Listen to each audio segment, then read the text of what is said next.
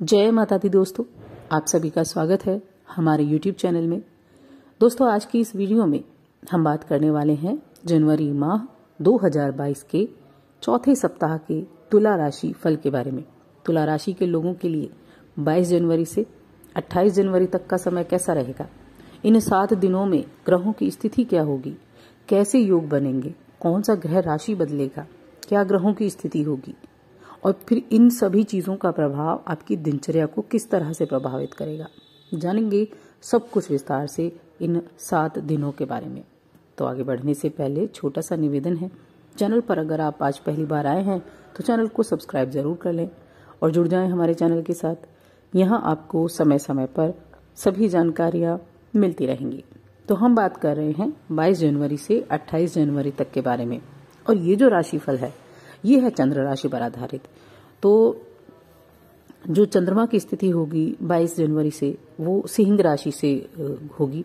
22 जनवरी को शाम तक सिंह राशि में चंद्रमा होंगे, उसके बाद कन्या राशि में चले जाएंगे और 28 जनवरी तक चंद्रमा की स्थिति वृश्चिक राशि में रहेंगी। यानी सिंह, कन्या, तुला और वृश्चिक, इन 4 भावों में चंद्रमा होंगे और इन 4 भावों में चंद्रमा की स्थिति आपके लिए कई तरह के परिवर्तन लेकर आएगी।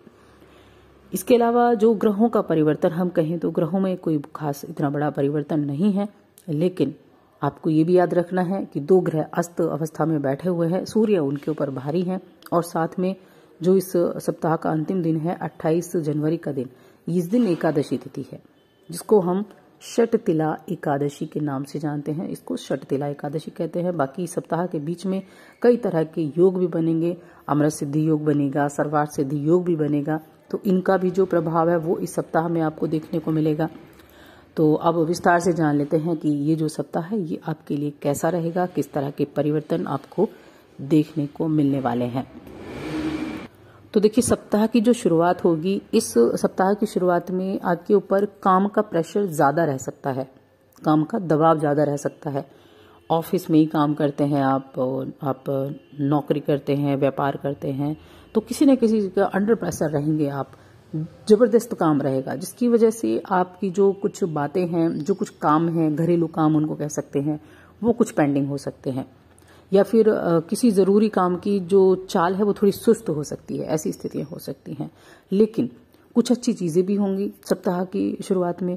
कोई पुराने समय से बिगड़ा हुआ रिश्ता आप सुधारने की तरफ ध्यान देंगे और ये आपके मन को बड़ा शांति देने वाला होगा, क्योंकि रिश्ते बड़े अनोखे होते हैं, सहेज कर रखे जाते हैं।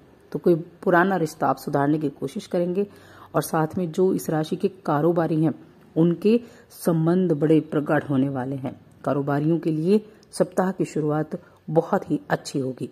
साथ में सामाजिक मान प्रतिष्ठा में वृद्धि होने का योग भी बना हुआ है और प्रेम संबंधों में मजबूती आएगी। जो जातक प्रेम संबंध से जुड़े हैं, आपका आपसी विश्वास बढ़ेगा।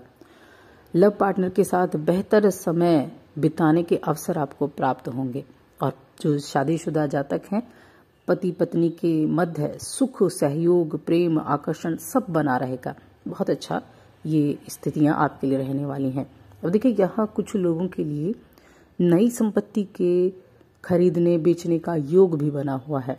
लेकिन जब भी आप ऐसे किसी बड़े काम से जुड़ते हैं तो शुभ चिंतकों की सलाह लेना तो बिल्कुल भी ना भूलें, क्योंकि जब आप सलाह मशवरा लेके किसी ऐसे काम से जुड़ते हैं तो उसमें चांसेस ज्यादा होते हैं कि ये जो आपका डिसीजन है ये डिसीजन आपका सही है और यहाँ से आपको 99% लाभ की प्राप्ति हो सकती है और डिसीजन से आपको खुशी भी होने वाली है। तो ऐसी चीजों को आप थोड़ा सा ध्यान में रखकर चल सकते हैं। उसके बाद चंद्रमा राशि बदलेंगे और चंद्रमा राशि बदलकर आ जाएंगे कन्या राशि और तुला राशि, 2 भावों में रहेंगे ये। तो आपको एक चीज याद रखनी है, चौथे भाव में सूर्य शनि के साथ बैठे हुए हैं, जिसके कारण थोड़ा सा तनाव हो सकता है कामकाज के सिलसिले में, क्योंकि शनि अस्त है यहाँ। तो कामकाज को लेकर थोड़ा तनाव हो सकता है और छोटी मोटी कुछ स्वास्थ्य संबंधी परेशानी भी देखने को मिल सकती है। इसके लिए आप क्या करेंगे, तो सुकून पाने के लिए, दिमाग को शांत रखने के लिए कुछ समय अपने परिवार के सदस्यों के साथ बिताएं या फिर अपने दोस्तों के साथ भी बिता सकते हैं। आप इस दौरान किसी छोटी यात्रा पर जाने की प्लानिंग भी कर सकते हैं और ये यात्रा आपके मन को बदलने वाली होगी, आपको एनर्जी देने वाली होगी।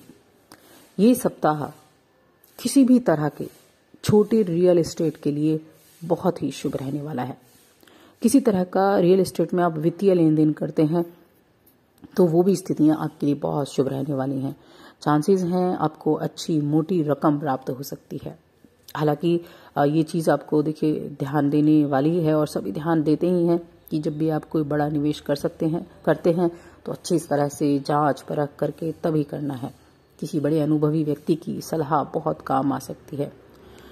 इस सप्ताह में आर्थिक स्थिति में सुधार आना तो निश्चित है, तय है ये कि आपकी आर्थिक स्थिति में सुधार आएगा ही आएगा। परिवार में किसी सदस्य की सेहत तो जरूर खराब हो सकती है, चिकित्सीय देखभाल की जरूरत पड़ सकती है उनको, और ये जातक थोड़ा वृद्ध हो सकता है तो उनकी सेहत का आपको जरूर ध्यान रखना है, वरना मन में मानसिक तनाव में वृद्धि हो सकती है। अब वरिष्ठ अधिकारियों के साथ आपकी जो बॉन्डिंग है वो ठीक ठाक रहेगी। अपने बॉस को आप खुश करना जानेंगे और अपने बॉस के जो मूड है उसके अनुसार ही आप काम करेंगे, जिसके चलते आप अपने काम में जो कमियां रह गई हैं उनको आप ठीक करते हुए दिखेंगे, जिससे आपका मनोबल बढ़ेगा।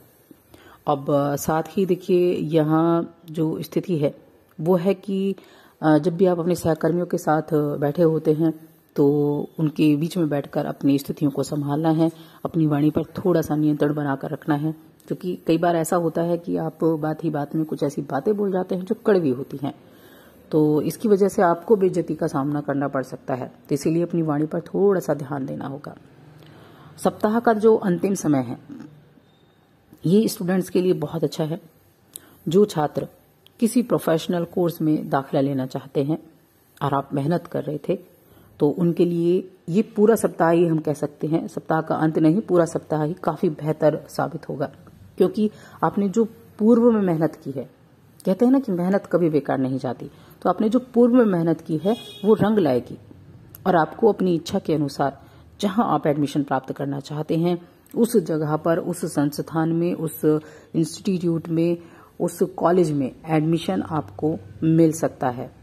तो इसीलिए कहते हैं कि मेहनत कभी व्यर्थ नहीं जाती, बस आपको मेहनत करनी है, रिजल्ट आपको जरूर मिलेगा एक ना एक दिन। अब सप्ताह का अंतिम दिन 28 जनवरी का दिन, तो ये एकादशी का दिन है जिसको षटतिला एकादशी कहते हैं। तो इस दिन सुबह स्नान आदि करने के बाद में भगवान विष्णु की आराधना करें, साथ में माँ लक्ष्मी की आराधना करें, और इस दिन देखिए तिल से बनी हुई कोई मिठाई या फिर काली उड़द दाल की खिचड़ी का भोग भगवान विष्णु को लगाएं, तो ये जो दिन है बहुत ही उत्तम रहेगा, सुख शांति आपको मिलती रहेगी। और तिल का दान करना भी इस दिन बहुत उत्तम माना जाता है। और साथ ही मन पूरा दिन ओम नमो भगवते वासुदेवाय नमः इस मंत्र का जप करते रहें, भगवान विष्णु का आशीर्वाद आपको प्राप्त होगा। साथ ही चैनल को सब्सक्राइब कर लें, वीडियो को लाइक और शेयर करना ना भूलें।